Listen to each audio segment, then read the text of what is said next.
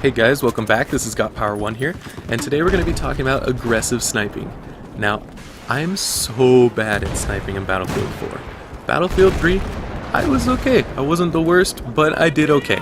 Battlefield 4, when they added the bullet trails and whatever, I don't know. It just is different, and I'm just bad at it. So what I like to do though is aggressively snipe. You just pick up a sniper rifle and you just get in close and personal, and you hope that your first shot kills them, or you switch on over to your pistol and finish them off. Right there, he already took some damage, so my chest shot killed him completely. A lot of the time, if they're over 12 meters away, specifically, you won't kill them with a chest shot, because that's when the bullet damage starts to drop off, and they'll live with like 4 or 5 health. Or if they have the defensive perk. Oh my gosh, the defensive perk angered me so much. When you shoot them in the chest from 12 meters away, you're assuming they're gonna die. So you like turn around, you go do something else, and you're like, crap, that dude didn't die, and then he shoots you in the back.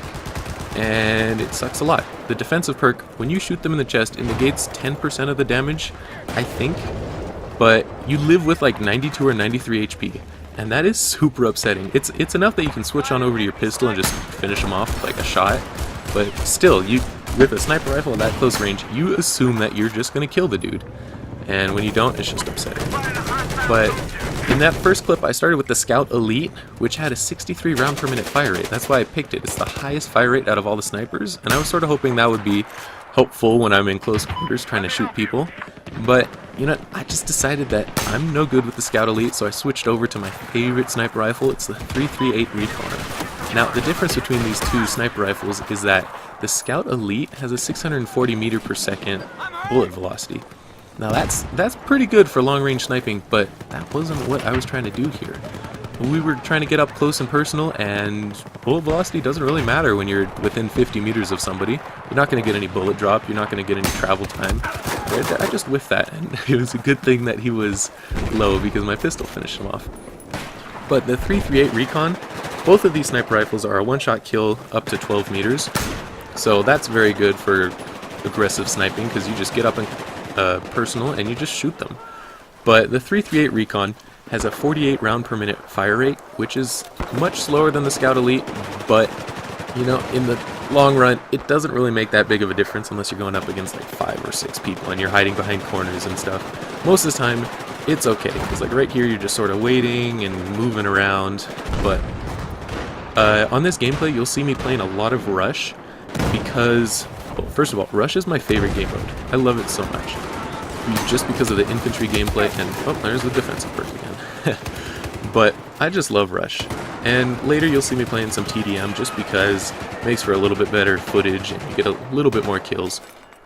But Rush allows you to be very tactical. You can flank around, or you can set up a good defensive spot, and you can just kill people. And it's very nice for using assault rifles, because you can most of the time when you're using an assault rifle you're going to be able to defib people, which is very good for these game modes, but again, that's not what we're doing here. Now with this class I'm not running the PLD or the rangefinder because we're being up close and personal, and you just don't need that. So you see me running like a laser sight on a lot of these, and I just don't have a PLD. Now for the gadgets that I use a spawn beacon for part of this gameplay, because I thought, hey, it'll get me back into the action faster when I die, which I did a lot, because assault rifles are just so good, and they can just turn around and melt you. Even if you hit your first shot and they live with a little bit of health, you just die still. But I use a spawn beacon, and I switched it out for a tugs later, just because the information for your team is invaluable. Because it doesn't matter if you get the kill, if somebody else get the kill on your team, it counts as a kill. Rush, you'll still beat the enemy team if your team gets the kills rather than you. So, you know, the information is very nice. And my favorite gadget for the sniper is the motion sensor. I love using the motion sensor. When you're being aggressive and you're moving around, you're like, oh crap, I don't know if somebody's over there. Just throw your motion sensor bomb, and oh, now you know whether there's somebody there or not. A lot of the times there isn't somebody. But, you know, it's always nice to know before you run into a room if somebody's there. So, I already talked about the defensive perk, how much I hate it. But, you know, it did get nerfed from most guns, so I don't know why people still use it, because the bullet, the time to kill still went up even if you have the defensive perk. But, you know, whatever, some people still use it. Now, on the perk that I use, you'd think I should use a sniper perk, but I was using the coyote sight for most of the time and I didn't really need to hold my breath while aiming. So I was like, you don't really need the sniper perk. So I went with the Spec Ops perk. Just to be a little bit more sneaky, hopefully get a couple more flanks, maybe stay off the mini-map for a little bit. But the best way to play this class is to pick a very important building and just defend it. You either put a tugs down or like a spawn beacon and throw motion sensors all over the place, and you just run around and you defend that main choke point.